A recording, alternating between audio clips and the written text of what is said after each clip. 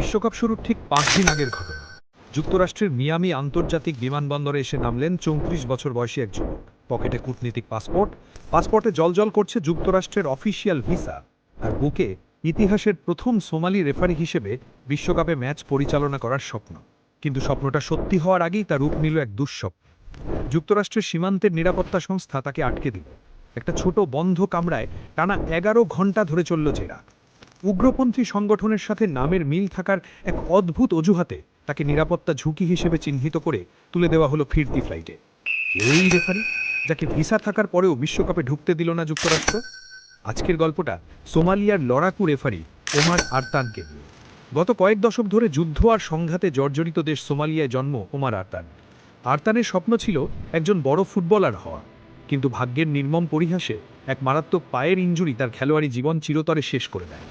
কিন্তু ফুটবলের টান তিনি ভুলতে পারেননি।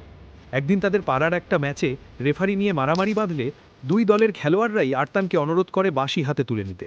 সেই যে আরতান মাঠে নামলেন, তারপর আর থামেননি। সোমালিয়ার ফুটবল যখন ধ্বংসস্তূপের উপর দাঁড়িয়ে, তখন আরতানকে ফিফার তালিকাভুক্ত রেফারি হওয়ার স্বপ্ন দেখান দেশটির সাবেক হেড অফ রেফারিজ ওসমান জামা ডিরাক। এই ডিরাক ছিলেন আরতানের কাছে মেন্টর এবং বাবার মতো। কিন্তু ২০১৭ সালে নিহত হন ডিরাক। গুরুর সেই অসমাপ্ত স্বপ্ন বুকে নিয়েই আরতান ২০১৮ সালে ফিফার তালিকাভুক্ত রেফারি হন। নিজের যোগ্যতা প্রমাণ করে আরতান হয়ে ওঠেন আফ্রিকান ফুটবলের সেরা রেফারি। ২০২৫ সালে তিনি আফ্রিকার বর্ষসেরা পুরুষ রেফারির খেতাব জেতেন, যার ফলশ্রুতিতে ২০২৬ বিশ্বকাপে ম্যাচ পরিচালনা করার জন্য ফিফার চূড়ান্ত ৫২ জন রেফারির তালিকায় জায়গা করে নেন তিনি। পুরো সোমালিয়ার জন্য এটা ছিল এক ঐতিহাসিক গর্বের মুহূর্ত। Somali president Hassan Sheikh Mahmud নিজে তাকে অভিনন্দন জানান। কিন্তু মিয়ামি এয়ারপোর্টে যুক্তরাষ্ট্রের ইমিগ্রেশন বিভাগ যে অভ্যর্থনা জানালো, তাতে স্তব্ধ হয়ে গেল পুরো বিশ্ব।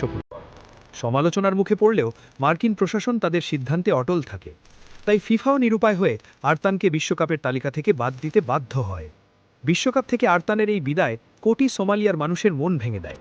তাই যখন দেশের বিমানবন্দরে নামলেন তিনি, সাধারণ মানুষ তাকে বরণ করে নিল বীরের মতো করেই। তবে প্রবাদ আছে, মানুষ যাকে ফেলে দেয়, নিয়তি তাকে বুকে টেনে নেয়। আরতানের সাথেও ঠিক সেটাই ঘটল। বিশ্বকাপ থেকে এইভাবে অন্যায়ভাবে বাদ পড়ায় আরতানের পাশে এসে দাঁড়ায় ইউরোপীয় ফুটবলের সর্বোচ্চ সংস্থা উয়েফা এবং আফ্রিকার সিএএফ। আমেরিকা তাকে ঢুকতে দেয়নি তো কি হয়েছে, ইউরোপ আরতানকে সাহসী সম্মান জানালো। আগামী ১২ই অগস্ট সালজবার্গে ইউরোপের দুই পরাশক্তি পিএসজি এবং অ্যাস্টন ভিলার মধ্যকার উয়েফা সুপার কাপ ফাইনাল ম্যাচটি পরিচালনা করার জন্য প্রধান রেফারি হিসেবে ওমার আরতানের নাম ঘোষণা করেছে উয়েফা। পরবর্তীতে ফিফাও ঘোষণা করল, ম্যাচ পরিচালনা করতে না পারলেও প্রাপ্য পারিশ্রমিকের পুরোটাই পাবেন ওমার আরতান। উয়েফা প্রেসিডেন্ট আলেকজান্ডার সেফেরিন বলেন, ফুটবল মানুষকে মেলাতে শেখায়। আমরা ওমার আরতানের অসাধারণ প্রতিভাকে সম্মান জানাতেই এই সিদ্ধান্ত নিয়েছি।